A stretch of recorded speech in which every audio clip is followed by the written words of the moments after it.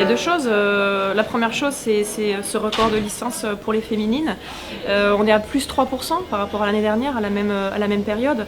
Donc ça ne fait que confirmer notre statut, si je puis dire, de leader de sport co féminin. Et on est en compétition avec nous-mêmes, c'est-à-dire qu'en plus on arrive à battre nos propres records. Donc c'est une fierté, oui, mais je pense que c'est aussi le résultat d'un gros travail. Il y a un vrai travail de fond, c'est certain, dans les clubs, dans la structuration des clubs, dans l'accueil, dans le rôle des bénévoles.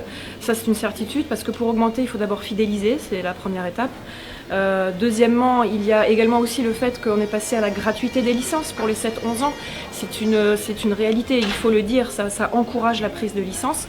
Donc ça, ce sont deux points très importants. Et puis après, je pense qu'il y a un rôle qui est déterminant au niveau de la communication au sein de la fédération. C'est-à-dire qu'on fait ce qu'on dit, on dit ce qu'on fait et on le fait avec une très belle image. Le concurrent direct, c'est la Fédération française de football. Bon, les objectifs à très court terme, j'ai envie de dire, c'est ce qui nous rassemble ici aujourd'hui. C'est se qualifier pour les Jeux Olympiques avec l'équipe féminine, en tout cas, puisqu'on parle de la partie féminine. Il faut se le dire, les équipes de France sont la vitrine. Alors, même si la vitrine ne fait pas le magasin, il est certain qu'une équipe de France qui gagne, ça crée beaucoup d'engouement et ça aide au développement. Ce qui est certain, c'est que le fait de voir cette équipe de France se produire sur le territoire français, c'est déjà une excellente chose parce qu'on peut remplir les gymnases, on montre notre équipe de France chez nous et ça, c'est excellent. Ensuite, je pense qu'il y a un deuxième critère qui est capital, c'est ce mélange des générations.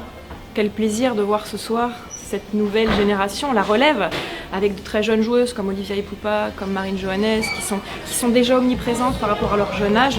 Et il y a une sorte de témoin qui se passe et c'est extraordinaire. Ce qui est sûr, c'est qu'il y a une recherche de stabilité, il y a une passation de témoins qui se fait entre les générations, comme je viens de le dire.